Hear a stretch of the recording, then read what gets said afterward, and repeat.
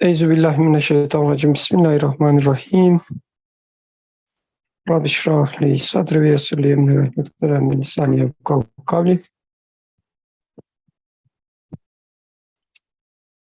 Oh, I'm just trying to check my microphone, sorry.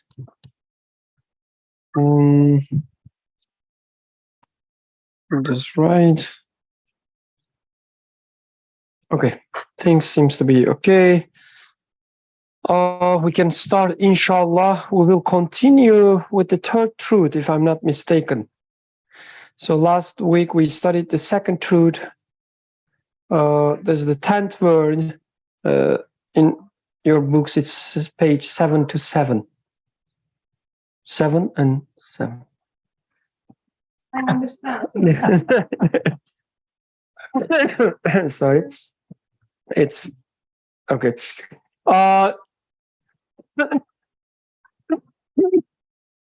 Sorry.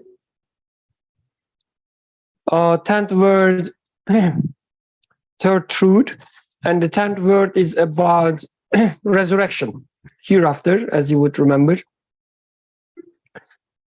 So, inshallah, we will continue with the third truth, but before we go there, anyone wants to remind us what we discussed so far?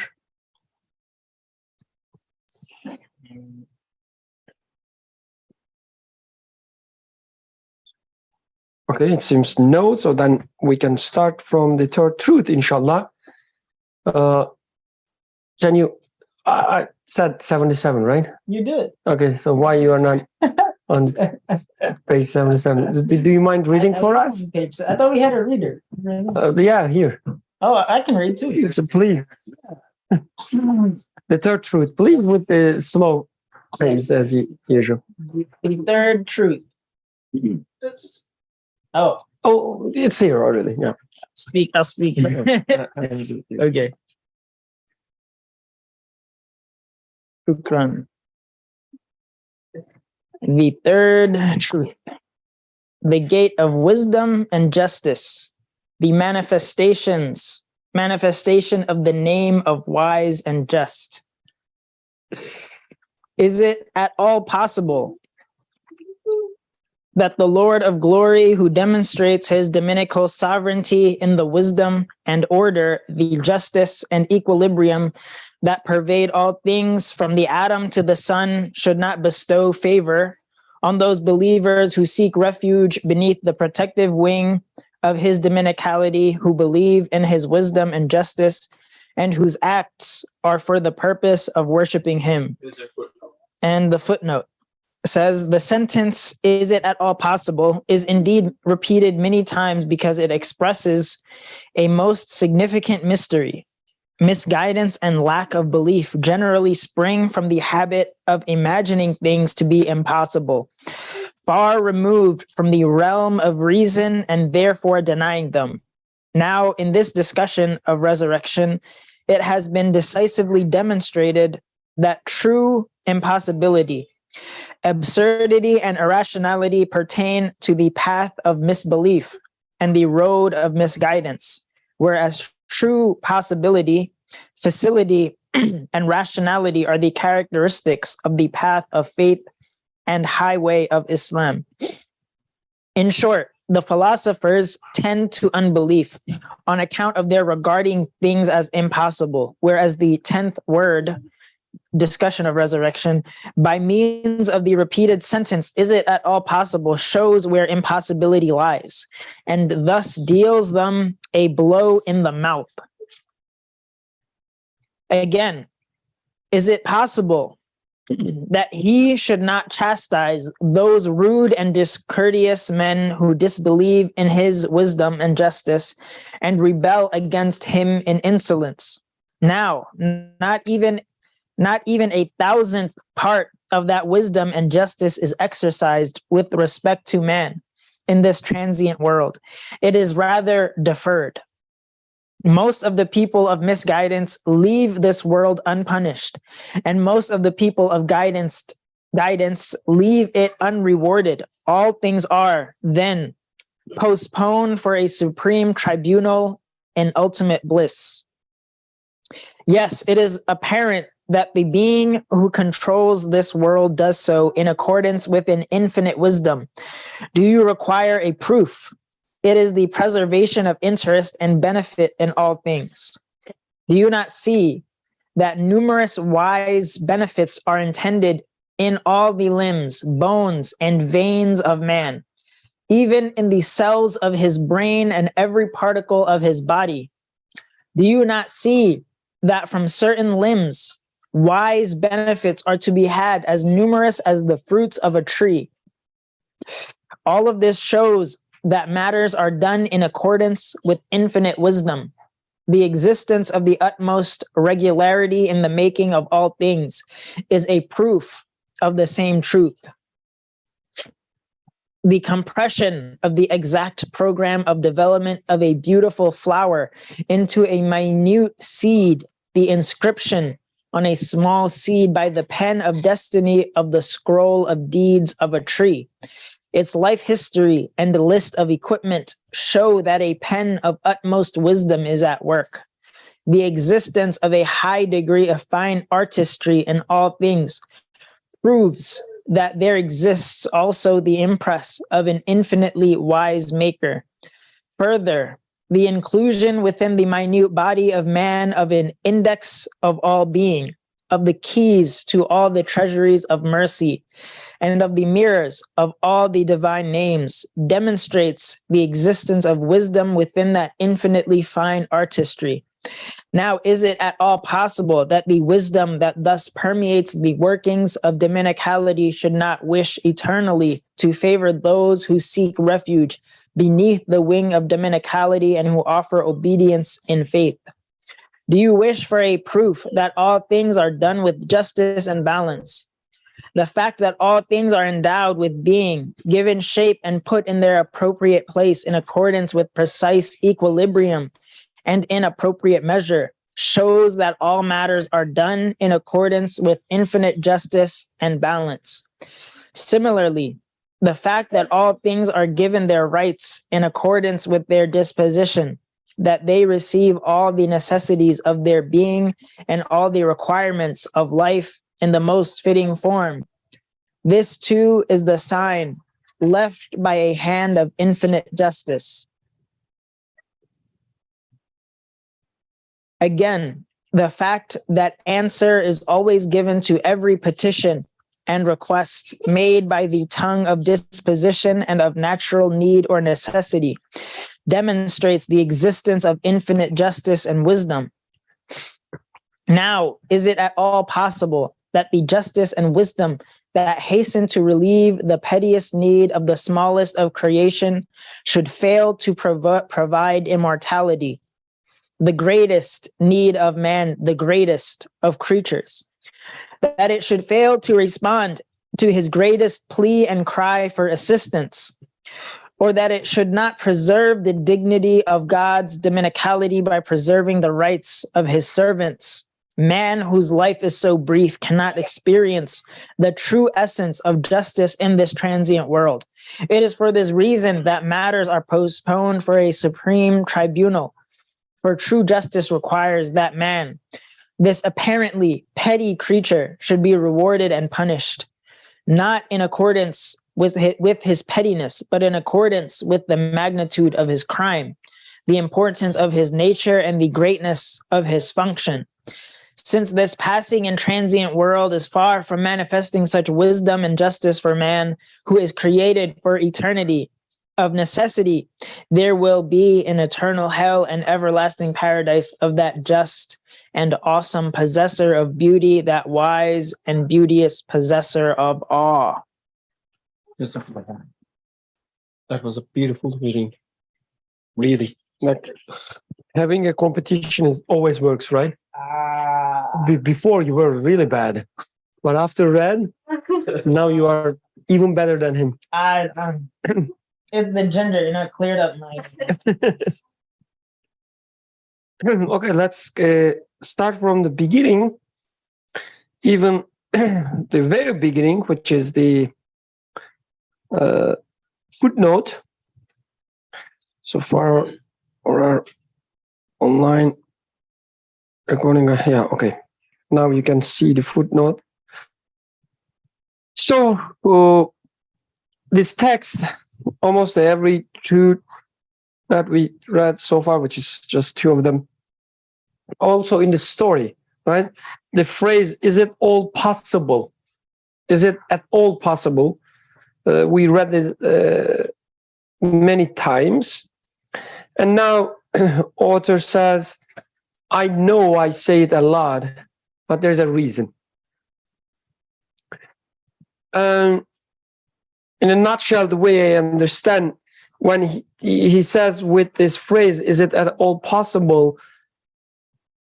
We are trying to, he says, we are trying to emphasize that we are talking about the logic, we are talking about human mind and its expectations. What we say perfectly fits to the human mind and human logic. And this is important to emphasize, he says, because the unbelievers, or he says Ehli Felsefe, which is translated as was what? Does it say philosopher in the footnote? I'm trying to find it. In short, the philosopher. Yeah, the philosophers. Okay, it says misguidance and the lack of belief generally spring from the habit of imagining things to be impossible. So what I understand is that when we talk about belief in God, or especially believe in resurrection, so within this context, the unbelief is usually stems from that imagining this resurrection is impossible. With believing God, nowadays they say it's unnecessary. No? If you want to believe, you can believe.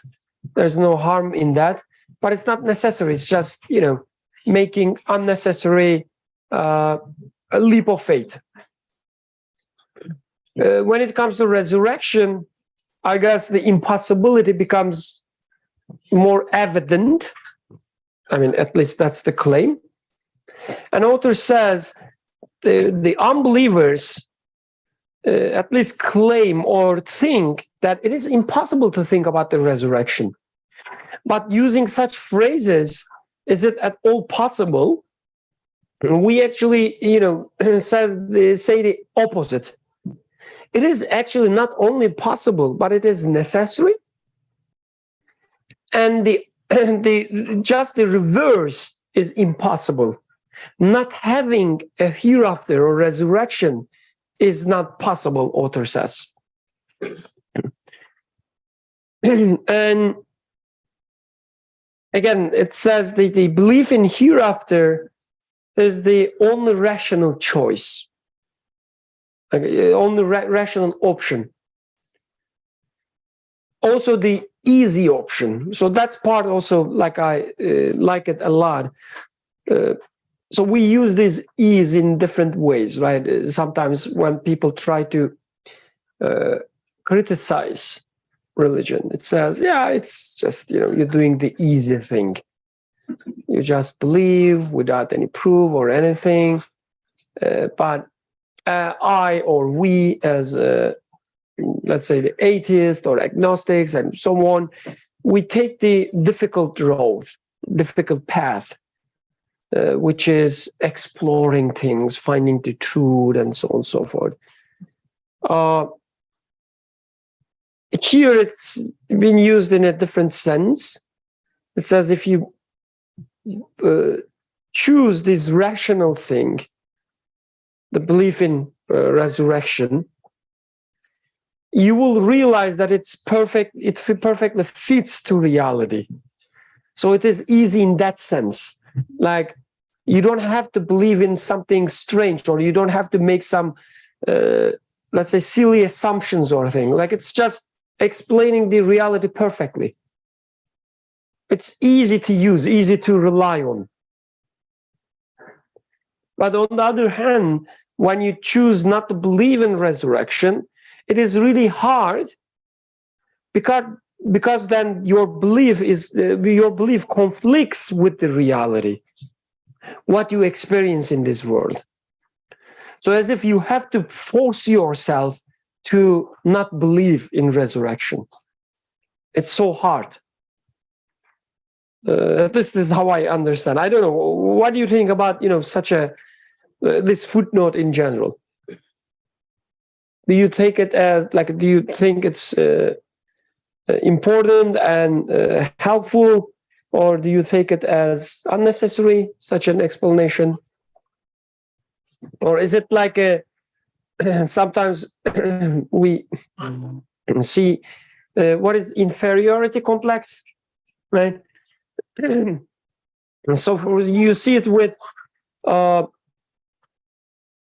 don't want to be offensive, but with certain silly philosophies or silly worldviews, right? I have a very close, let's say, friend following one of these. When they try to explain something, okay, the example is from, for instance, the yoga, okay? And I'm talking about the professional yoga. I'm not talking about people just doing it for fun or to relax. I'm talking about the professionals. I have a very close friend who is professional.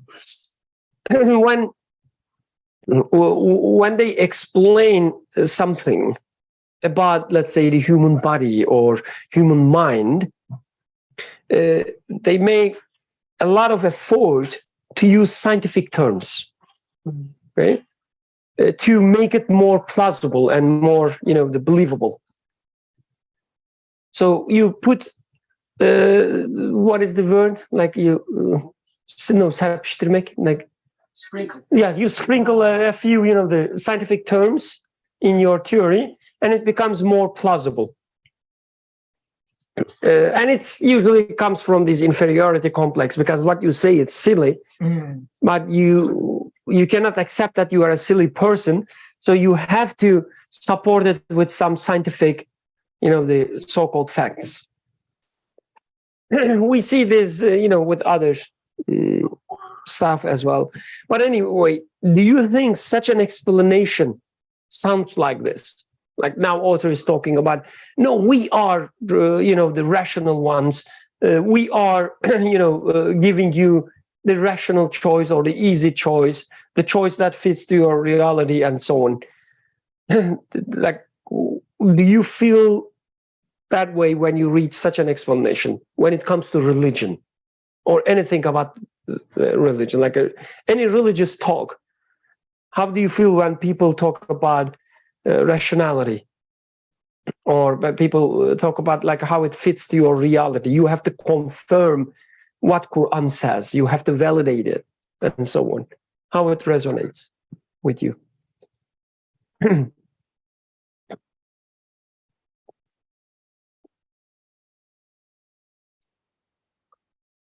As in, do we, in explaining our beliefs, are you saying maybe we should look out for if we're doing the same mistake of, spicing up our beliefs using, languages and other concepts that people are more agreeable towards?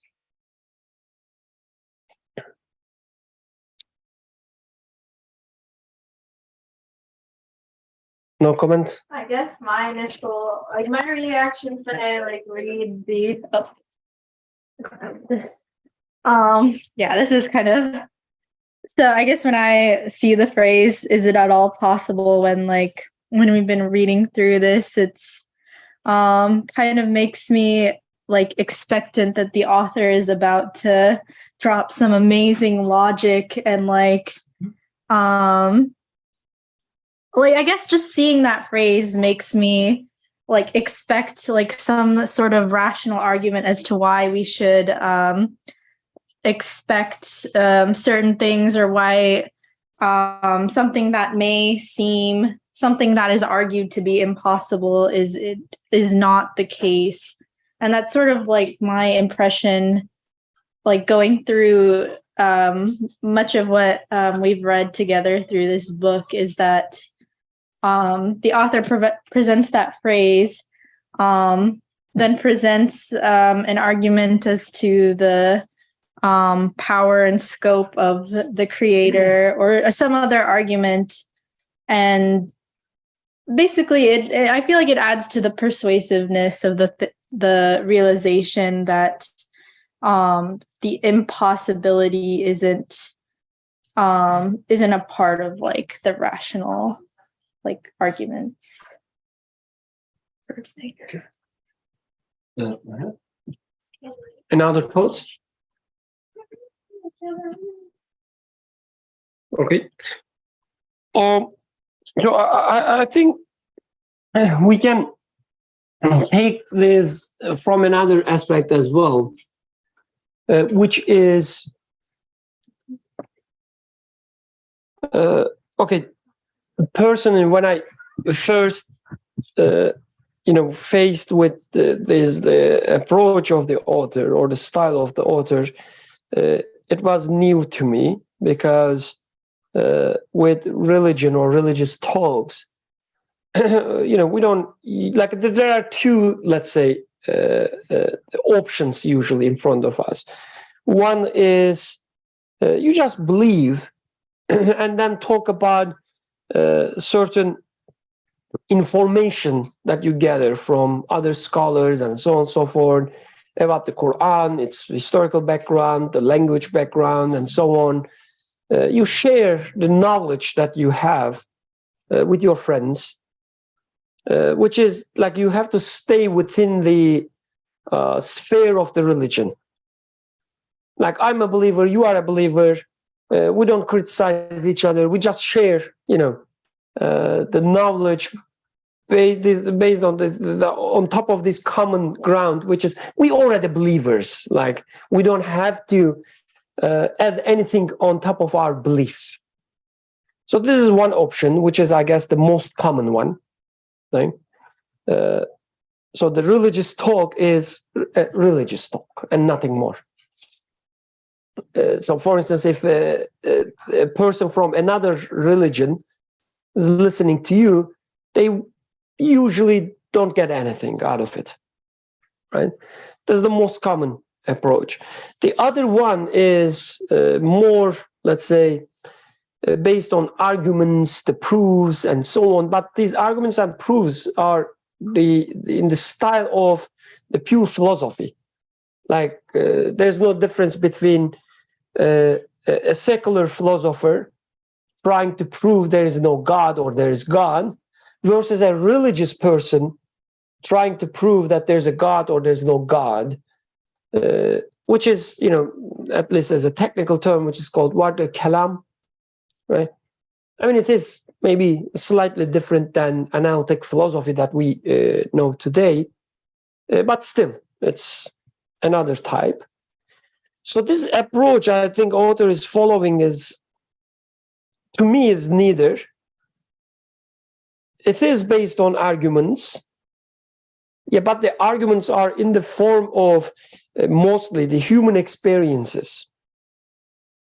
It's like, I see a blue bottle there, and my belief is based on the blue bottle that I see there.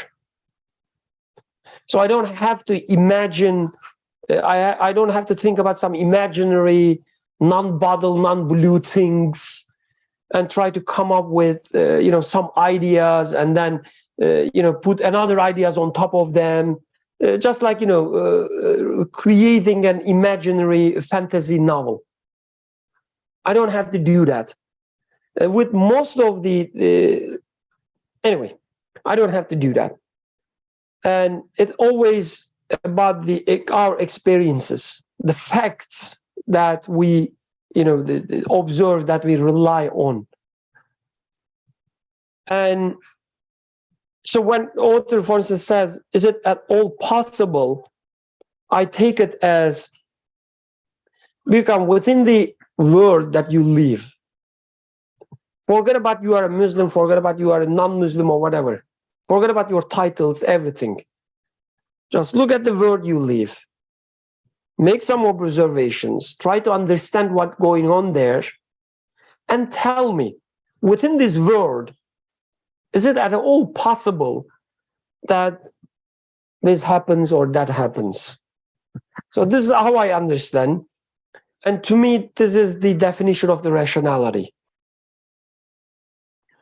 Like if a belief suggests me that I have 3 fingers on my one hand, I cannot accept it. It's not rational because I have 5. And believing in that I have 5 fingers is the most rational thing I can believe. So this is how I take it when author says rational.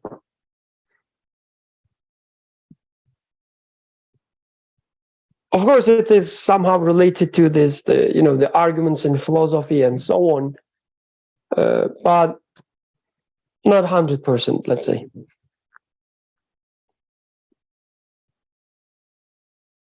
And for that reason, to me, this is very important.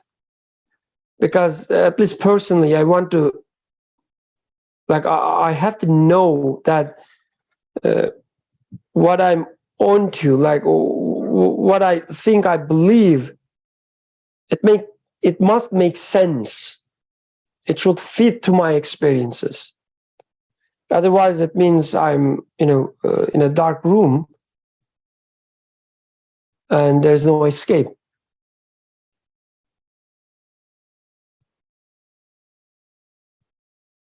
Okay, this third truth is about the gate of wisdom and justice.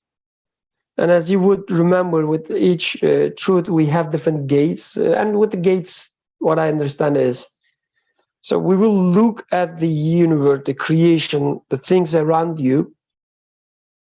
And in this truth, we will look whether there is wisdom and justice. And if there is wisdom and justice, what do the wisdom and justice tell us?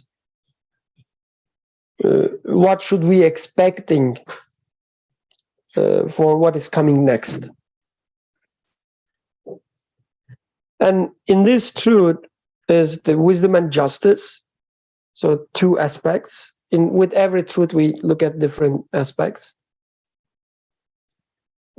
And I guess the first 2 paragraphs, it's like the summary.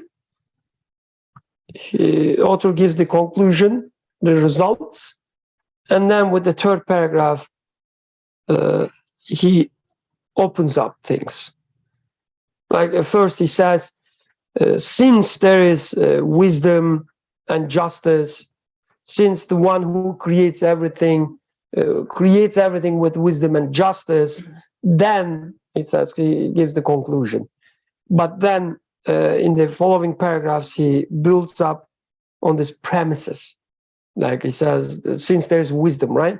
Now we have to show that there's a wisdom.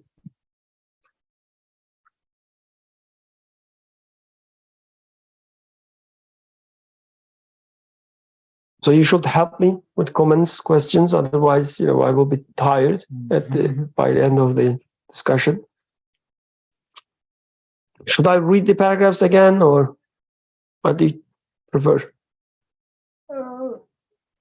Yeah. Is it at all possible that the Lord of Glory, who demonstrates his dominical sovereignty in the wisdom and order, the justice and equilibrium, that pervade all things from the atom to the sun, shouldn't bestow favor on those believers who seek refuge beneath the protective wing of his dominicality, who believe in his wisdom and justice, and whose acts are for the purpose of worshiping him. So it says, okay, there is this, the Lord of Glory, and he demonstrates his dominical sovereignty through wisdom and order, through justice and equilibrium. So he says, okay, this is the fact. Now we will study if this is the fact, of course, or not. But he says, okay, this is the fact. if this is the case, then those who follow this wisdom and justice, those who, let's say, according to this wisdom and justice, one example comes to my mind is there's this wisdom of, or even the justice of, we will explain how it fits here, but the justice of gravity that we observe. So if you act according to this wisdom and justice, you will be safe. If you act against it, you will fall from your window. Like you would say, oh, I can walk on the air, like in the air. You will try and you will fall down. So this is what I understand, that those who act according to this wisdom and justice, they should be rewarded, or actually protected. And then he says again, is it possible that he shouldn't chastise those rude and discourteous men who disbelieve in his wisdom and justice and rebel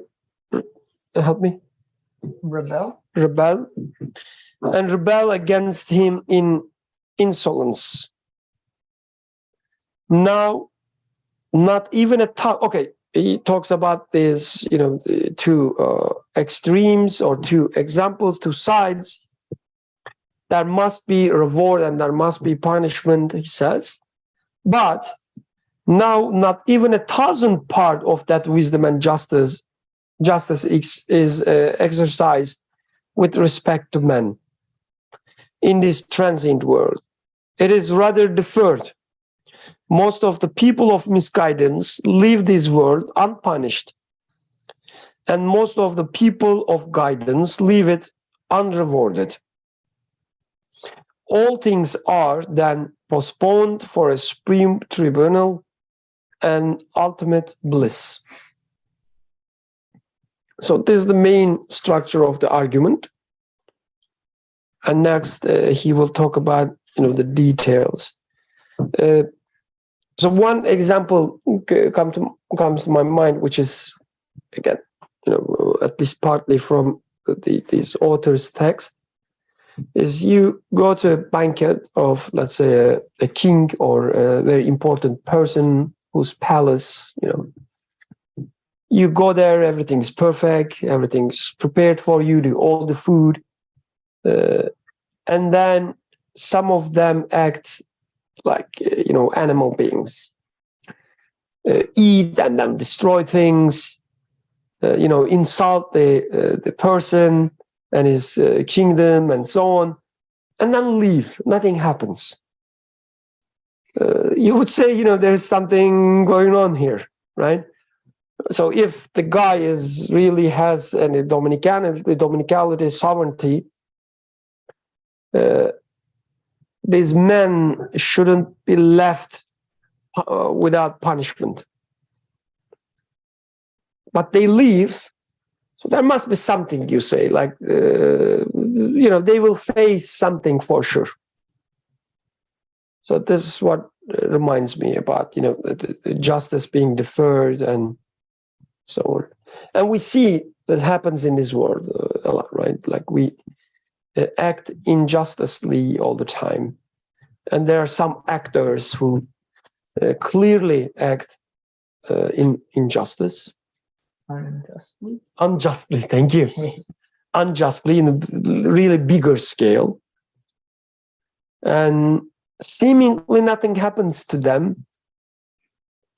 But you say, there must be something, even in this world.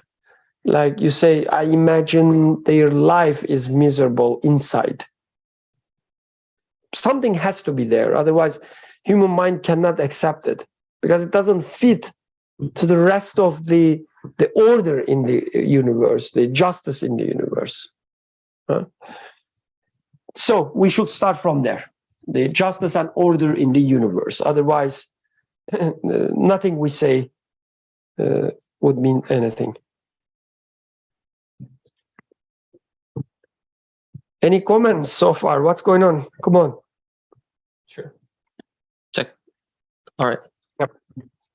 So I guess one thing that comes to mind is how, like you mentioned, gravity and like the general, I don't know, justice of nature. Like we all study these natural laws and stuff as disciples of science and philosophy and whatever. Yeah, but we all seem to easily grasp how predictable things are. Like they have these laws and so, and if they don't go according to these laws, that means there's some other law that we haven't looked into yet and stuff like that. That's a very scientific way of looking at things. And I guess that shows that we have this facility in our mind where we can easily grasp this nature of things to be to have an order to them, and that is like, maybe we prescribe this as the justice of nature or the wisdom of nature or something like that. And we can see this in all sorts of things. Like that's why we can make planes and buildings and whatever. And I think that everything that we study and observe points to the fact that this is consistent, that these happenings are of a very delicate order, and we don't see the same thing for some reason when it comes to like your example of the people who are acting like, I don't know what's a good word, who are acting like imbeciles. Oh. Yeah, unjustly. People who are acting like at a banquet, they're making a ruckus, they're messing up things, and they go off without punishment or anything. That seems off, and we see a lot of that in this world, and how people can get away with very many evils and leave this world without having proper retribution, proper justice against whatever acts they are committing. And that is strange, because everything else that we observe in this world points to the fact that there is an arbiter of natural justice, and the fact that this is not being applied to mankind in our moral actions, that makes it clear that there will be a point in time where these laws will come into action as well, where this justice will be carried out. I mean, that's how I think of it. So I like the way author is highlighting justice. How do I know that the creator is just? How do I know that the creator is wise? And for justice, he is bringing, there was even a, let me see, just a second. If you like, I can also read the paragraph. Yes. The fact that all things are given their rights in accordance with their disposition, that they receive all the necessities of their being and all the requirements of life in the most fitting form. This too is the sign left by a hand of infinite justice. Like, this is one type of justice, giving the due of a person. Let's say I made Atik to work for the entire day and he deserved $100. I gave him $100. This is a just act. It would be unjust if I paid him less or more. In a way, it's going to be unjust. So in this universe, everything is given their due. I am thirsty, I am given water. Or a stone is expected to be hard, and it is hard. Sun is expected to be shiny, it is shiny. Like, it is being given whatever it should have. So as we think about things, they are being given, they are kept being given whatever they are supposed to be. And the author says this is justice, is it not? Everything, let's say sun was once given light, tomorrow morning sun is going to be given light again. So it's being given, it keeps being given. And the author says this is justice. It's being given constantly. Or if you think about, let's say, world, moon, sun, there's this relationship between them. It is within a measure, and this is justice. He made a interesting connection from there, saying that pen of divine determining. So pen of divine determining, meaning everything is written within an order, within a justice. Order, justice, author is making a connection between them. So, like, in a sense, if I think about a movie, and if the movie is lining up perfectly, the story lines up perfectly, I say the author really made a perfect justice here. He didn't exaggerate anything. He didn't undermine anything. He perfectly put everything in the story to its proper place. So he measured everything and put it into place perfectly. My life is a story. The life of solar system is a story. The life of a cell from being a single cell to becoming Atik is a story. And this story, since I observe Atik as a perfectly measured and balanced creature, the maker is justly making this hand as long as this hand, like two eyes being in their proper places. These are all manifestations of justice. So in this case, author is really giving us a wide picture of what justice means. Justice does not only mean that, oh, Atik was a good guy, Birkan beat him up, and I didn't punish Birkan. So, and the justice would be to punish Birkan. This is one type of justice. The bigger picture of justice is giving things their due. And in this existence, everything is being given their due constantly. Not like once they are given and it's done. A sparrow is being given the livelihood of a sparrow. A lion is being given the livelihood of a lion. Like, imagine this lion being given with all these clothes and everything, but he has a personality like a sparrow, like a vegetarian lion. So it would be unjust. Lion being given a lion-like personality is justice.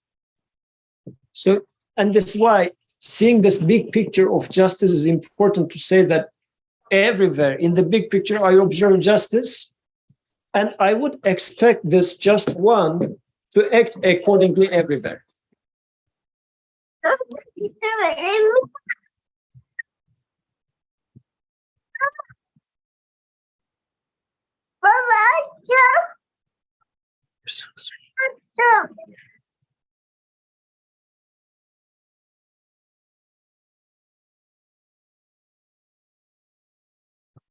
Oh, so this is very interesting. Why it is interesting? Because, for instance, when Red was speaking, of course, on purpose, he used these terms like the natural laws or order. But from what you are saying, is actually it sounds like it's not about the law or order. It's about a justice. What we observe is a manifestation of justice, because there's a measure between the things, measure among the thing. It means there's justice. Everything according to a measure, and from a human perspective, this is justice. Yes, if things are according to measure, it is justice. But this is, at least to me, it's a more elegant definition of justice compared to what is it, the jurisdiction, like the law. Yes, jurisprudence perspective. So a friend of ours, he would say, there are no laws, there are no natural laws. There are only laws of rububiyyah in this universe. Right? You would observe some laws of rububiyyah. Meaning, like, if you want to chart the universe into, some laws, you should see that there's, for instance, one law of feeding, one law of collaborating or collaboration. The universe can be charted based on such laws. Actually, it will be more accurate, right? And there are these laws because there's justice. If there's hunger, there's also feeding. Of course, what we observe, like a practical example, it's all these different laws coming together. So, for instance, sometimes we see a child being sick, or a child being hungry and not finding food in the practical example. But again, it is different laws coming together. And we see that, yes, the food is somewhere there. It is available, actually. But there's let's say, a blockage between the child and the food, another human being, sometimes. So anyway, it is interesting, like, instead of talking about the natural laws and so on, talking about the order and justice, I guess it's a interesting approach.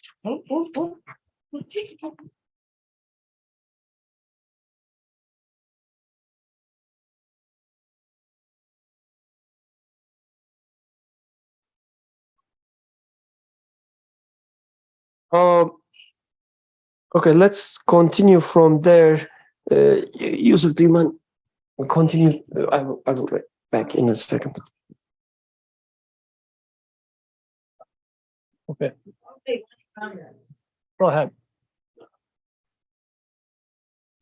I think from personal experience, living, like, in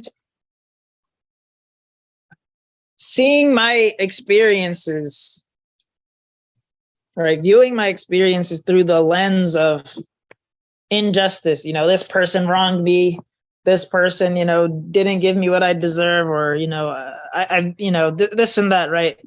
Because we do experience different forms of injustice, maybe on a daily basis, or this and that. To accept it as that, it feels like a punishment, but seeing it as justice, it could be, your boss is not giving you respect you deserve, or appreciating your efforts and this and that, but to accept it as injustice feels like a punishment, and that, you might say, oh well, it should be the other way around, they should be punished for what they're doing, but instead I'm being punished. But the same instance, you can, if you interpret it through the lens of justice, right? Even though they're doing something wrong, if you feel like it is within the realm of justice, then you feel rewarded. Like, okay, it kind of transforms somehow the action into, the opposite. So I don't know how that really works, but I feel like, in my experience, it is consistent. And also, I think for the purpose of human life or human existence on Earth, such cases are being very well adjusted. What I mean by that is, let's say you are living and then I do some injustice in my life. Maybe I am thinking that, let's say I am we were talking about Yunus alayhi salam's story. So in there, for example, Yunus alayhi salam delivers a message and people do not accept the message despite him delivering the message in the best of the forms a human can do. But then he is angrily leaves his post. He's not supposed to, but he does leave. So there, I'm putting myself in his position. I see that I am making an injustice. If I was there, I would be doing some injustice in the sense that I'm thinking that I delivered the message and those people didn't accept it. They were expected to accept it because the message is perfectly consistent, perfectly logical, perfectly rational, let's use today's term. And they just didn't accept it. Like, these guys must be go nuts, or there's something wrong with them. Because 2 + 2 = 4. This message is clear, perfect, and correct. I delivered it in the best form, but they didn't accept it, right? But then him being thrown into the sea and being swallowed by the fish is so beautifully just that with this unpleasant experience, the creator makes him realize his mistake, or make me realize my mistake.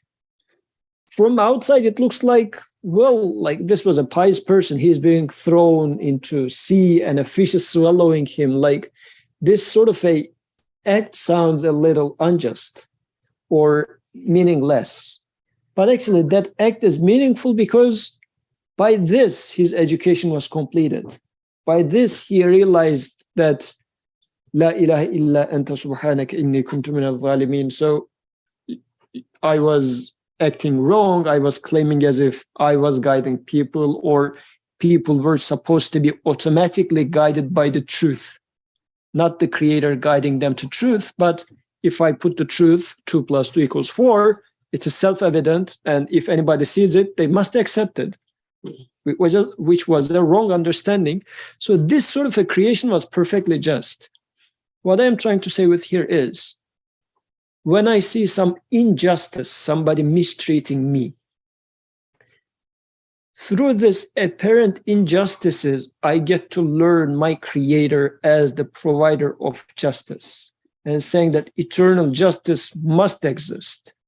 Like, if I didn't see this, I wouldn't question maybe, or I wouldn't say, oh, eternal justice is required. If everything was happening in here, right in front of my eyes, I wouldn't feel the need for searching for justice. But seeing that justice is left incomplete here makes me question, look, everywhere I observe justice, I don't observe justice in here. Therefore, an all just one exists, because it's pretty much like, imagine it was a perfectly white environment. Would you ever notice anything? Like, you need somewhat of a black dot to appreciate the existence of white. Like, if it's perfectly white, you won't even notice white. Because the way we understand, we perceive is by seeing somewhat of a missing or some darkness, I start to see that there is light. So it is very just. And this is how human is understanding, how I am perceiving. It is very fitting that in creation, the creator manifests justice everywhere, doesn't manifest justice somewhere. By contrasting the two, I realized, oh, everywhere was full of justice. By comparing it to this apparent injustice, and this injustice serves the purpose of me learning about justice in the first place. Second, saying that, oh, an eternal justice must exist to complete the picture. So it is very fitting, actually. Without it, I wouldn't even realize that justice exists. I need to see injustice so that I can realize justice exists. Otherwise, you would never know of it. You can compare it to, like, my mom was a housewife for several years until like middle school years. At that time, she got bored at home, so she decided to make up a job for herself to work in there. It was not really working mom, but she became like a working mom to get out of the house.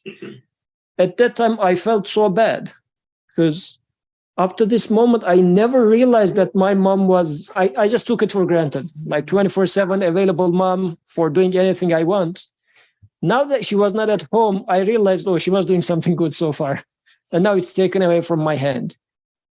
But I was not appreciative of it before because it was always there. I didn't have a comparison to make. So likewise in my life, everywhere is filled with justice. If there were no injustice, I wouldn't call justice justice. So non-existence of justice at certain points or permission to injustices here and there makes me realize that, oh, everywhere is filled with justice. And then how about this injustice? Oh, it must also be cleared up. So presence of injustice is part of justice. Long story short.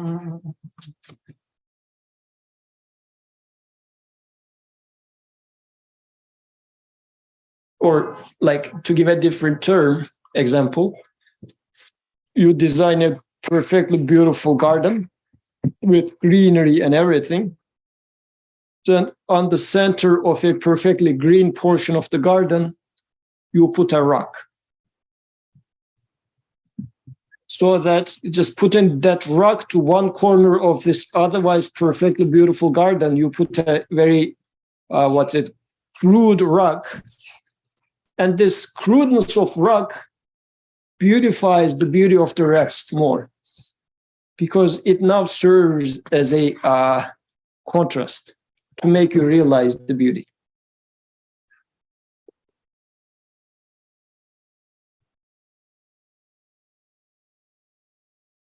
So I don't know how to clearly explain this because, I'm not 100% clear myself, but so this contrast or seemingly lack of some qualities like justice or wisdom, it is, I think, kind of a necessity within this created universe. So what we observe, like when we observe all these instances of, let's say, the wisdom everywhere, and the instances of wisdom is not like these instances are tiny things. Within each instance, you see that there's like an infinite wisdom.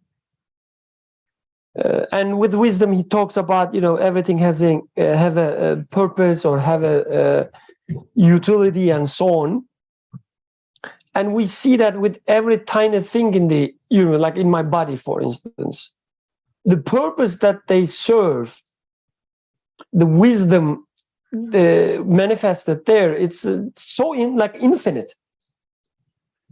Being connected with all the billions of other parts, and then with being connected with the rest of the world, all the galaxies and everything being connected, just tiny, the thing in my body. I see an infinite wisdom just there. So I say, this is not resembling anything I see in this universe. Like it is not the type of this universe. Then we use words like absolute. So it is. So again, I'm not sure how to say it, but we cannot grasp such an infinite and absolute wisdom at once. Otherwise, it would be within this universe, and it's not possible. So this deficiency of ours to seeing it in its full extent, I guess, necessitates that from time to time, when we look at something, we have to, but it is us, that we have to see some injustice somewhere because of the deficiency of our, let's say, the minds to grasp the infinite wisdom. Anyway, maybe this is too complicating and maybe it doesn't make sense. I'm sorry. It makes sense, but how we expect it to deal with? Is it rational? Like we look back on our past and say, oh, these things that we considered injustice, turns out years later we see, oh, it had a purpose, had a function, and then we apply that to the present. Is that how or do we just, how can we interpret the injustices in the present that we witness? So I guess the lazy answer would be you don't have to. You just accept it as it is. Yeah. But at the same time, it doesn't act as an the evidence for the disbelief. It's just the fact that you don't understand it, and that's it. Like I see injustice there, and I cannot see the justice there, but I still have this expectation that there must be a justice there because everywhere I look at the universe, I see justice. Right. So there must be something missing here, and that's it. Sometimes you see it, sometimes you don't see it. But at least this is your expectation. And I think this is, with authors' terms, I think this is the rational expectation. Because you don't have any evidence against it. And you have tons of evidence for it.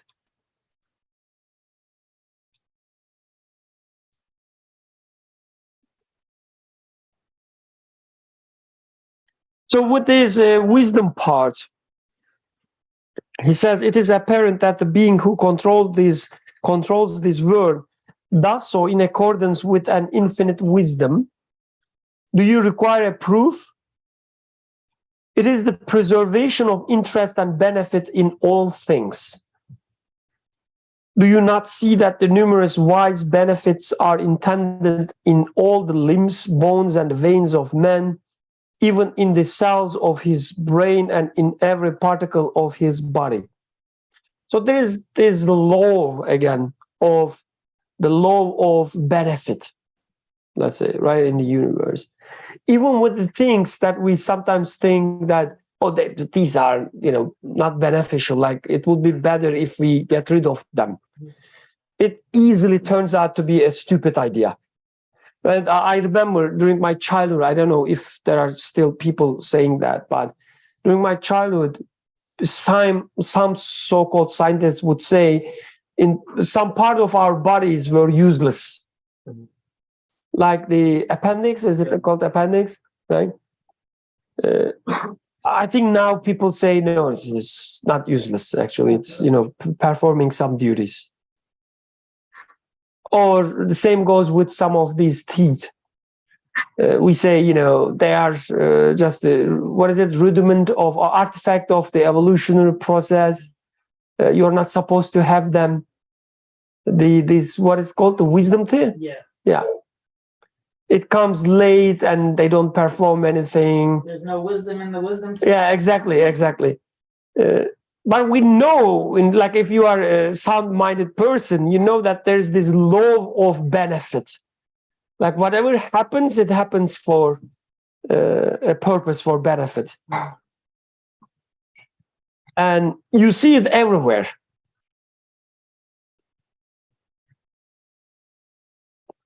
So this is interesting to me because, you see that people of, when people want to criticize religion, they usually attack from such angles. Like this purpose, and there's no such thing in the universe as purpose, and so. But this is this is exactly what I meant when I say the easy versus difficult, beliefs.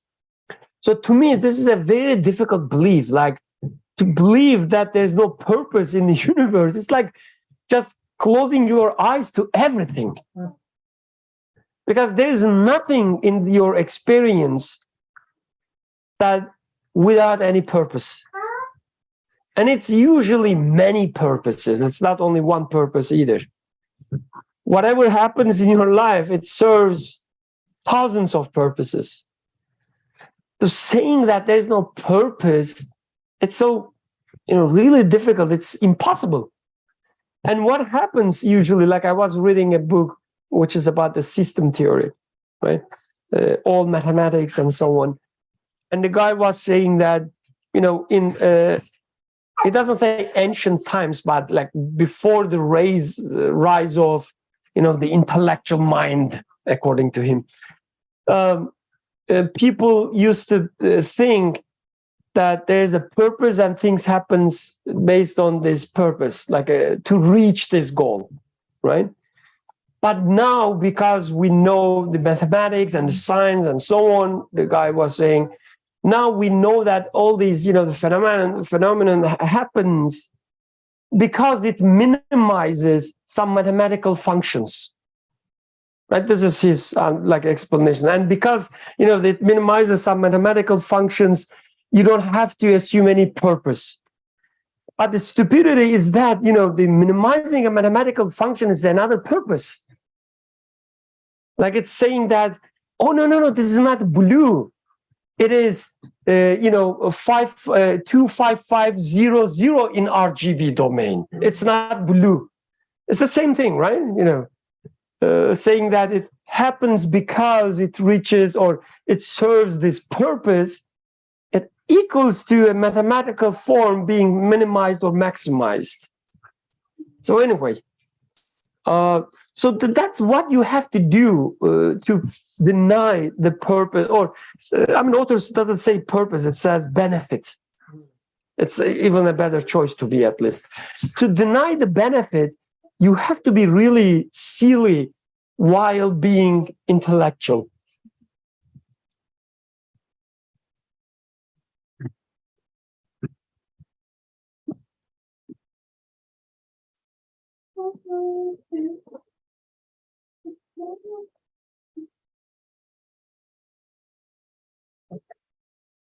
The other example, like the compression of the exact program of development of a beautiful flower into a minute seed.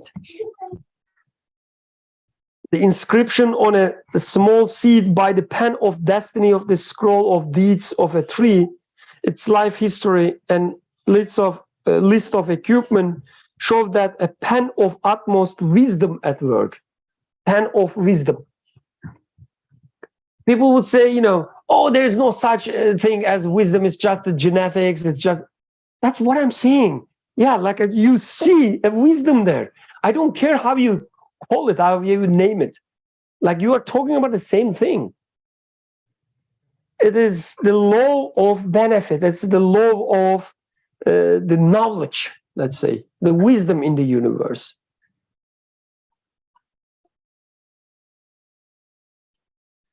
Pen of utmost wisdom.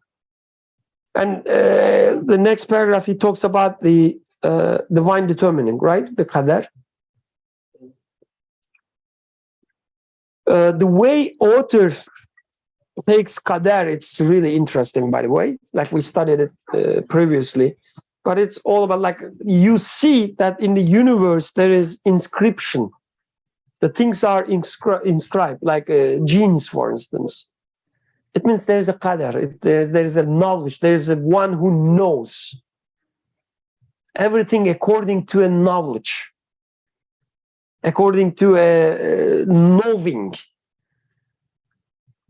That's what you observe. Knowledge within an order. Knowledge within an order, yes. Within a measure. Like it's not arbitrary. Yes. But this is where we get this idea of pre-planned. Pre-planned is from our point of view, but pre-planned means like you go to a wedding and everything was perfectly arranged, meaning they knew how many people will come.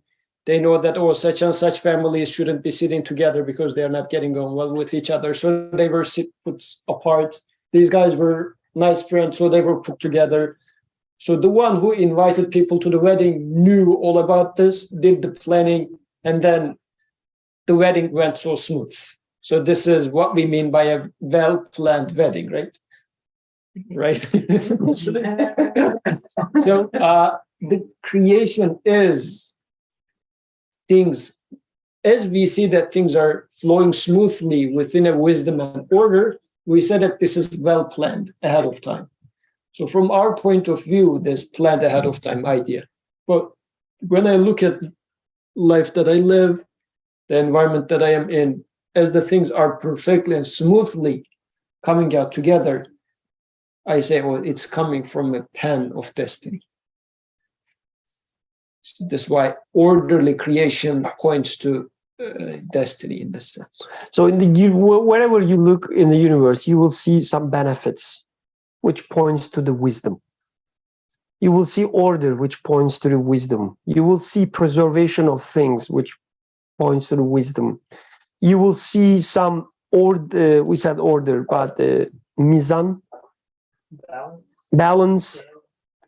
It's the points to wisdom, and mizan makes me more to justice. But anyway, so this is how we know that the Creator is the all-wise one, because everything He creates, we see wisdom.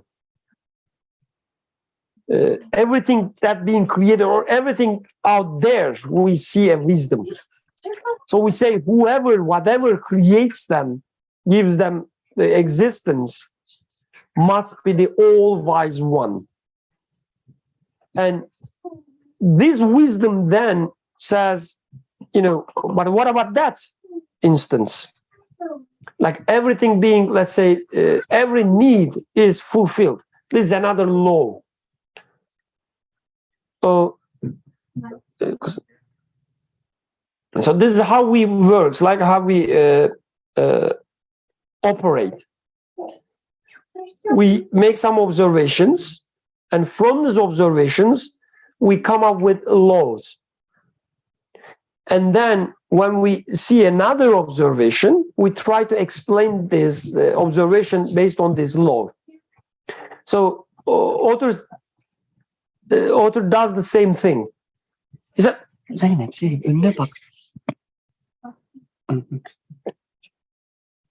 says, everywhere we look, we see wisdom. So there is this law of wisdom. Like in the universe, there's this law of wisdom. Hence, when I ask, but like everything is, every need is satisfied. Let's talk about the law of justice. That's a better example. Every need is satisfied, right? According to justice that I observe in the universe. But I have this need of the eternal life. And it is like the biggest need of mine. It's not like just my whim. It's like my need. Without it, everything becomes meaningless to me. Everything becomes useless. What about that one? Like, how am I going to apply the law of justice there? An author says, apply it, and you will realize that there must be an eternal life. And anyway. But I guess to call it as the law of wisdom, like it needs to be really very, like a so it should be as solid as the strict as the law of gravity. Nobody expect anything against the law of gravity, right? So your belief should be such strong. I'm not talking about the blind faith, but your belief in law of wisdom. If it is that strong, then you would say, yes, there must be eternal life. But author says, yes, that when you look at the universe, you will see that this law is there. Just study your body yourself, and you will realize that it is there. Actually, just the presence of sciences, isn't it an indication of that? Like just the formation of a science in itself is saying that there is an order in here. I mean, if there's no order, like imagine about what's it called? Is it optometry, like the eye? Like if everybody's eye was totally different and has nothing in common, would there be a science called optometry? There is this common order in there, and it acts according to a certain way that it's generalized, and then people follow the wisdom in there. And then if they're going to see a disease in there, they know how to fix it because they know how it should be. How it should be is known, and this abnormality, quote unquote, is even testifies that there is normality. Like there's this wise way of making it, which is the norm, and everybody has this type of an eye. And now my eye is getting out of this benefit way. Then this is where the doctor came into the picture. So even the presence of any sort of science is testifies for that. It's made like every rationality start with the assumption that there is something rational. And there's something like the order exists. This is the assumption. You say order exists, hence we can make such, the systems of sciences and so on. And every time they work, it actually act as a weakness of the order. Testifies for the order.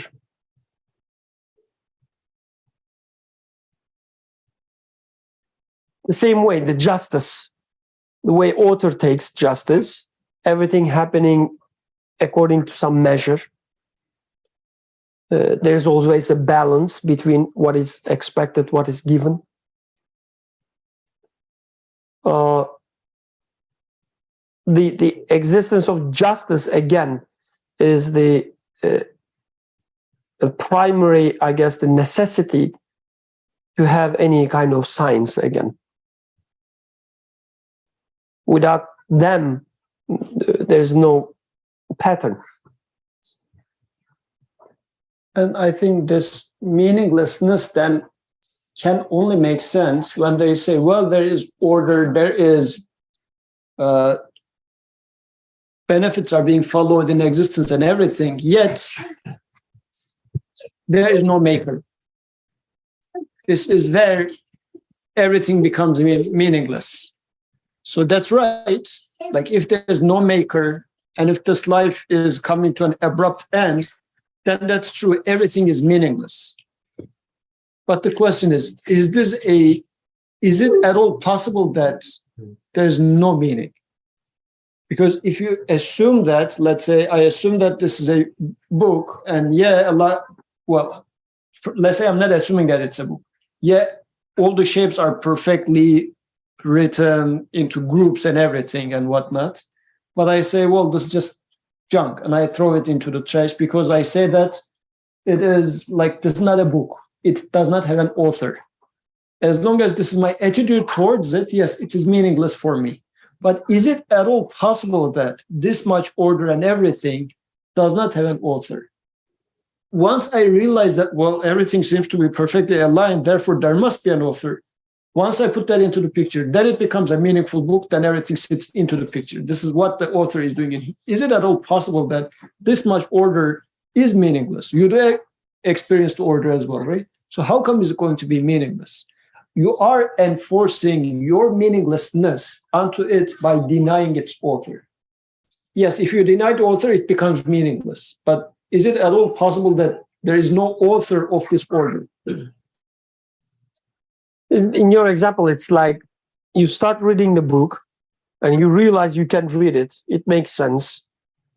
You read it, you learn something from the book and say that, I learned a lot from the book. And according to my knowledge, I'm an intellectual now. According to the things that I learned from the book, this is not a book. So what is written there, it's not even a sentence. It doesn't mean anything.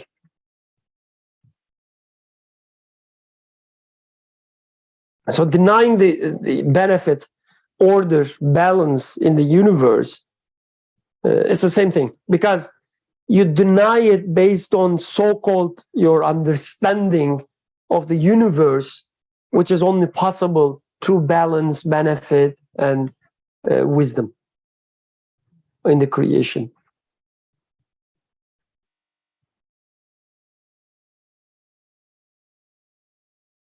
Anyway, and the author says, if there's a wisdom, if there's a balance, justice in the creation, and when you see that the wisdom and the justice points to testifies the all-wise one, all-just one, then you say that it is a necessity.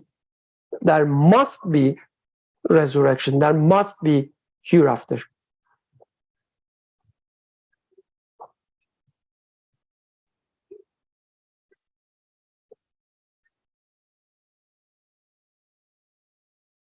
And we do have such illogical conclusions a lot.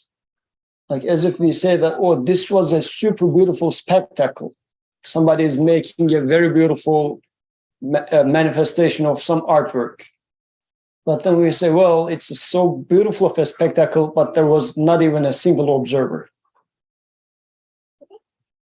It's so beautiful. It's made with like a lot of money is poured to somewhere to demonstrate a very beautiful movie. Let's say billions of dollars were put to hired all special effects and everything was in there, but they didn't record it.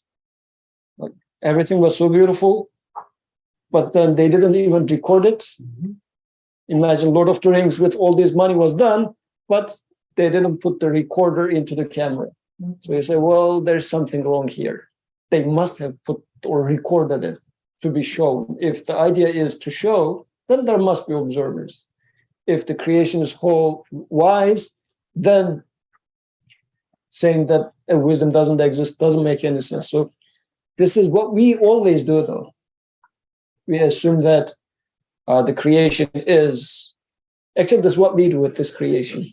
It's such a beautiful spectacle is happening. Look at this life. Look at this life over here.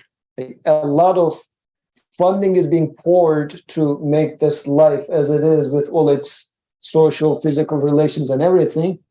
And then we say, well, it's just one person is observing it from inside, a few person from around, and then he's going to be tossed into a pit once he dies, and that will be it. It is like Lord of the Rings were recorded. Well, all these things were done with billions of dollars of funding, and they didn't put recorder in the camera. So this is what we are saying, as if that's it. So these are all such inconsistencies that we would say by saying this life is all it is. You live the life, you die, and it's done.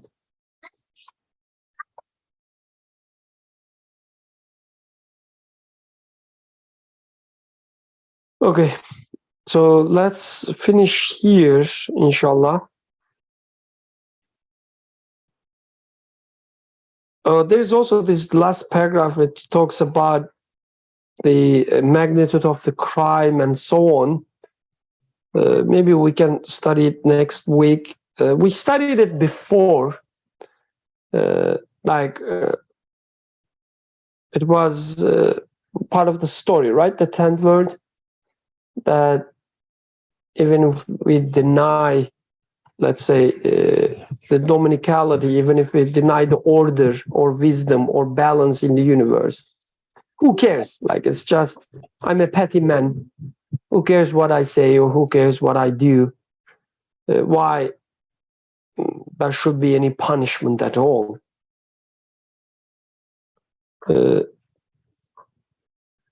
I mean, we studied it before, but maybe we can summarize just 1-2 sentences for the sake of completeness, Yusuf. Yeah, so this justice, this wisdom, and then man is with the duty of observing this and appreciating this, not by not observing or appreciating, but despite denying. It's not a small crime. It is as if the whole spectacle was made so that human is going to observe and appreciate it. Human just, while the whole thing is happening, just turns back or pretends as if it's not happening. But the whole purpose of this whole movie being taken, or this theater was being acted in there, was so that human observes it, appreciates it, and human just closes their eyes or just turns back, is such a big crime to all the ones that are acting in there, the one who is organizing the spectacle and everything. So it's, the punishment should be accordingly. It cannot be simply saying that, oh, I just closed my eyes, not a big deal. But my duty in there was to observe it, appreciate it, understand it. I think also another aspect, like 2 more aspects maybe, is the one, so all your needs, your human needs are only satisfied and only satisfied through this wisdom and the balance in the universe. So when you deny it, it equals to like finishing your own life, because the life will be a miserable place for you if there's no wisdom, if there's no justice, if there's no balance, if there's no the benefit in the creation. Your life will be hell. There's no escape from that, because this is how you are designed. You need benefit, you need wisdom in your life. And if you take it away from your life yourself, that means you are giving yourself a hell to live. So it's not a simple act, even from your own perspective. You're destroying your own life by saying that there's no wisdom or there's no wise creator. You're destroying your life. This is one aspect, maybe. The second aspect, you're not also stopping there. You're also preventing others to enjoy the spectacle with Yusuf's example. It is interesting, like we said this before probably, but in Quran, when there's a mention of the destruction of nations, for instance, right, the previous nations, or in the life of the Prophet, when there is a let's say, a military expedition. Fantastic. When there's a military expedition, and I'm only talking about the life of Prophet and 4 Khalif after him. The rest is just, to me, it's not the Islamic history. It's the people's history. No, it's like the king's history.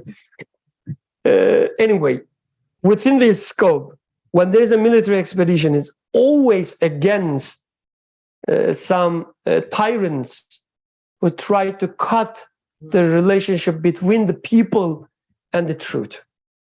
Or when nations are destroyed, it is destroyed only when people try to prevent the others to enjoy this spectacle. So there's also this aspect as well, like you destroying your life and then you're destroying the other's life. So your punishment, what you deserve, is like a hell, perfectly fits to it. And you know it in this world already, like, because again, when you deny the creator, your life becomes misery. So it perfectly fits. It's a part of the justice, that the existence of hell is part of the justice for sure. سبحانك لا علم لنا إلا ما علمتنا إنك أنت العليم الحكيم وآخر دعواهم أن الحمد لله رب العالمين. الفاتحة.